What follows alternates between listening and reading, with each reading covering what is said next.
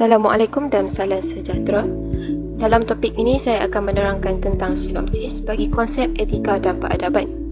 Dalam sinopsis yang saya akan terangkan ini, terdapat dua konsep yang perlu kita fahami, iaitu etika dan peradaban. Sebagai permulaan kepada kursus ini adalah sesuai dibincangkan kedua-dua konsep ini satu persatu dengan pendapat tersendiri dan mengaitkannya dalam konteks susun masa.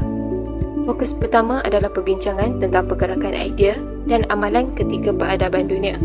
Fokus kedua adalah terhadap konsep etika, khususnya menghuraikan pengertiannya dalam konteks sejarah pemikiran Eropah daripada zaman sebelum, semasa dan selepas Enlightenment. Kemudian dikepas pula impak kefahaman dan amalan konsep etika ketika disemaikan semasa zaman kolonial dan pasca kolonial di luar Eropah. Fokus ketiga adalah terhadap konsep peradaban berdasarkan susun masa pra-kolonialisme, kolonialisme dan pasca-kolonialisme, Timur dan Barat, perspektif agama dan kepercayaan. Contoh-contoh boleh ditimba dari pengalaman sejagat dan alam Melayu. Seterusnya, kerajaan awal telah silih berganti dalam alam Melayu atau juga dipanggil Nusantara. Perkembangan sejarah alam Melayu bermula daripada zaman prasejarah, zaman proto-sejarah, zaman persenjarahan dan seterusnya zaman sejarah moden. Terdapat 4 zaman yang telah berlaku dalam zaman prasejarah, iaitu zaman Paleolitik. Zaman Paleolitik telah mewujudkan penempatan awal dalam alam Melayu. Kehidupan mereka adalah menyara diri secara berpindah randah dan menggunakan alat batu dalam bentuk asas. Yang kedua, zaman Mesolitik. Kehidupan masyarakat masih berkisar kepada menyara diri, namun telah wujud evolusi, iaitu mereka membentuk batu sebagai alat keperluan dan senjata. Masyarakat ini juga memulakan pertanian, penternakan, perdagangan dan perhubungan dengan kawasan lain. Yang ketiga, zaman Neolitik. Masyarakat zaman Neolitik telah mewujudkan teknologi penciptaan baru yang lebih lengkap dan zaman ini merupakan penamat kepada zaman batu. Akhir sekali, zaman Logam atau gangsa besi. Masyarakat zaman ini mula tinggal secara menetap di sesuatu tempat dan lebih menumpukan di tempat yang mempunyai sumber air. Mereka juga mula menggunakan peralatan logam. Selain itu, zaman kedua dalam perkembangan sejarah alam Melayu iaitu zaman proto-sejarah. Zaman ini merupakan zaman kewujudan kerajaan purba atau kerajaan awal seperti Langkasuka, Kedah Tua dan Gangga Negara. Seterusnya, zaman persenjarahan iaitu kewujudan kerajaan Kesultanan Melayu. Di sinilah bermulanya pembentukan masyarakat kepelbagaian melalui perdagangan. Secara tidak langsung, ia telah menarik perhatian kedatangan penjajah dari Portugis, Belanda dan British. Akhir sekali, zaman sejarah moden selepas kita telah berjaya meraih kemerdekaan pada tahun 1957. Topik seterusnya, saya akan menerangkan secara ringkas peradaban peribumi alam Melayu. Peradaban peribumi alam Melayu berlaku pada zaman proto-sejarah. Ia merupakan titik tolak melalui kewujudan kerajaan Melayu kuno atau kerajaan purba seperti Langkasuka, Kedah Tua dan Gangga Negara. Peribumi ini menggunakan bahasa Melayu atau lebih dikenali sebagai lingua franca pada zaman itu. Peradaban peribumi ini juga mempunyai 3 sistem, iaitu sistem politik tradisi, sistem sosial dan sistem ekonomi. Dalam sistem politik tradisi, mereka mengamalkan sistem pembesar 4 lipatan, sistem jemaah menteri dan sistem penaung.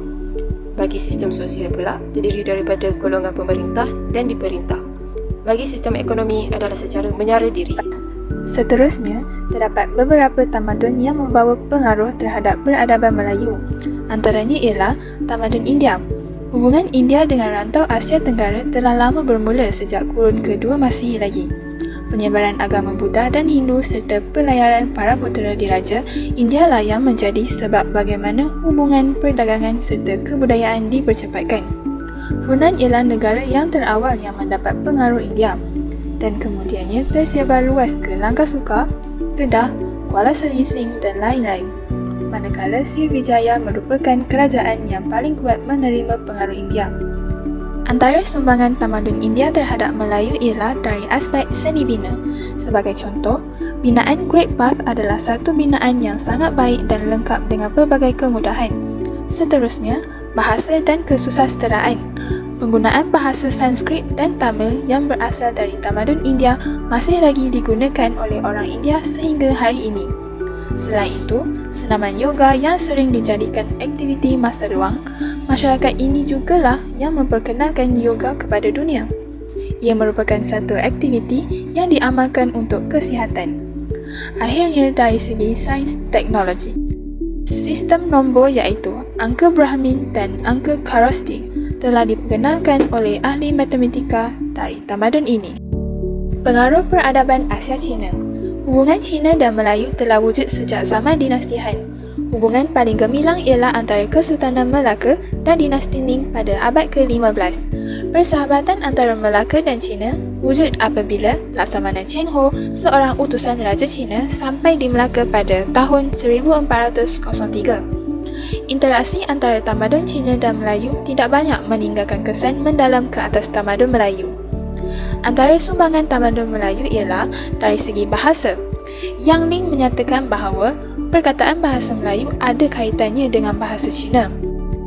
Beliau dapat mengumpulkan 500 kosakata bahasa Melayu yang diserap dari bahasa Cina. Seterusnya, dari segi kesenian.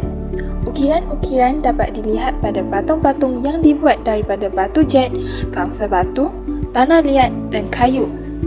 Selain itu, dari segi alatan muzik, alat muzik tradisional Cina ialah seruling buluh kerana terdapat banyak buluh di China. Pengaruh peradaban Asia di Timur Tengah. Pengaruh utama peradaban dari Timur Tengah ialah pengembangan agama Islam. Terdapat teori yang menyatakan bahawa Islam dibawa terus dari semenanjung tanah Arab ke alam Melayu pada kurun ke-7 atas dasar hubungan perdagangan. Kesan kedatangan Timur Tengah yang membawa ajaran agama Islam telah memberi impak yang sangat besar ke atas budaya masyarakat Melayu. Budaya masyarakat Melayu yang dulunya banyak dipengaruhi oleh kepercayaan animisme dan juga amalan sihir, kini selepas menerima pengaruh peradaban Timur Tengah, budaya masyarakat Melayu telah berubah menjadi budaya yang sesuai dan selari dengan ajaran agama Islam. Perubahan ini dapat dilihat dalam aspek seperti seni bina dan pakaian. Dari aspek seni bina, teknologi binaan yang tinggi dapat dilihat, iaitu kepandaian masyarakat dahulu memotong batu yang keras seperti batu granit. Candi Lembah Bujang yang berusia lebih 1000 tahun ini merupakan satu tapak tanah bersejarah yang penting untuk membuktikan satu persekitaran alam seni bina yang terawal telah wujud di negara ini. Setelah menerima ajaran Islam, masyarakat Melayu mula mengenakan pakaian yang menutup aurat yang sesuai dengan ajaran Islam. Pada tahun 1970, pemakaian tudung semakin mendapat tempat dalam masyarakat Melayu dan tidak lagi menjadi janggal di negara ini. Terdapat juga undang-undang yang turut menekankan bahawa memakai pakaian sopan juga telah menjadi sebahagian etika rasmi dalam negara hasil daripada pengaruh Timur Tengah.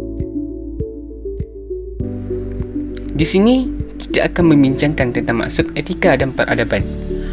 Istilah peradaban yang berasal daripada bahasa Arab ini digunakan bagi menjelaskan tentang maksud ketamadunan. Sebelum kedatangan Islam, perkataan yang digunakan untuk membawa maksud peradaban adalah budaya yang bertunjangan kepada keluhuran nilai dan kehalusan budi pekerti.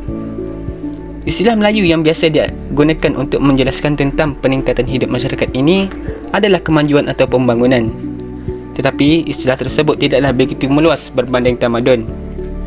Selepas kedatangan Islam, istilah-istilah Arab mula digunakan dan diterima pakai dalam istilah bahasa Melayu. Selanjutnya, kita teruskan dengan konsep peradaban dan etika. Poin yang pertama adalah merangkumi konsep peradaban. Maksud peradaban ini berasal daripada kata dasar adaba, yang bererti tingkah laku atau tata susila yang baik dan terpuji yang diamalkan oleh anggota sebuah masyarakat.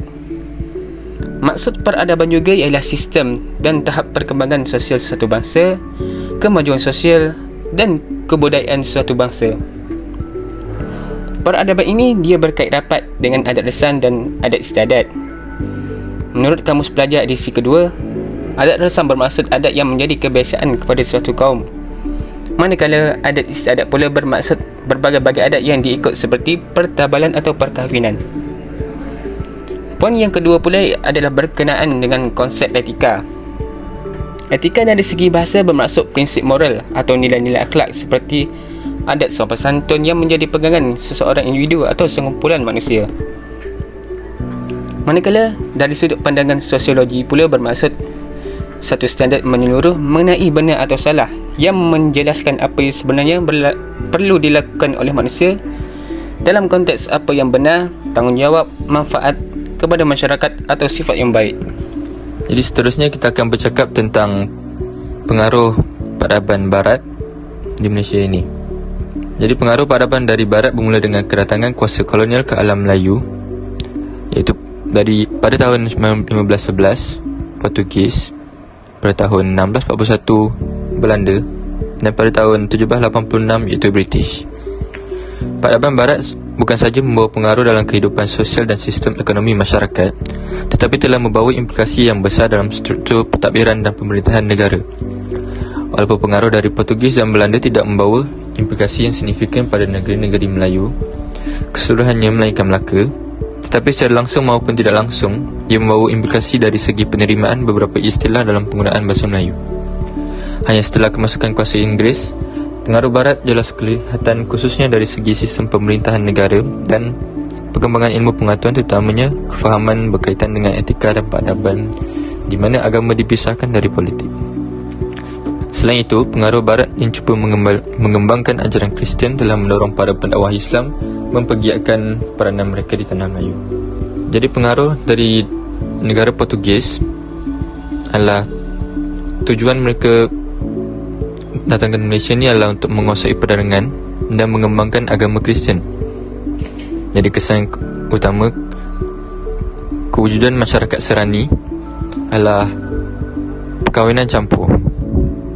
Portugis juga memperkenalkan sistem tulisan Rumi. Jadi dari situ wujudnya lah perkataan pinjaman seperti jendela, almari, garfu, tuala, palsu dan banyak lagi.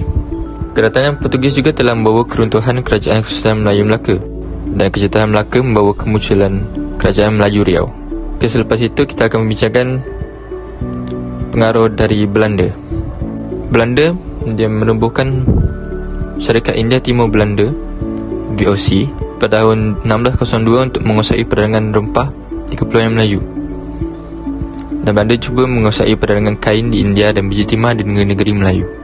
Belanda juga menyekat kapal dagangan supaya mereka dapat berdagang di Betawi. Dan penjajahan Belanda berakhir dengan penjajahan Inggeris Belanda pada tahun 1824. Okey, seterusnya kita akan bercakap tentang pengaruh peradaban Barat dari Inggeris. Dari Inggeris, saya akan bercakap tentang pentadbirannya di tanah Melayu. Jadi Inggeris telah mewujudkan pelbagai sistem pentadbiran semasa jajahannya di tanah Melayu, iaitu mereka menubuhkan negeri-negeri selat, sistem residen, dasar desentralisasi, negeri-negeri Melayu tidak bersekutu dan juga negeri-negeri Melayu bersekutu.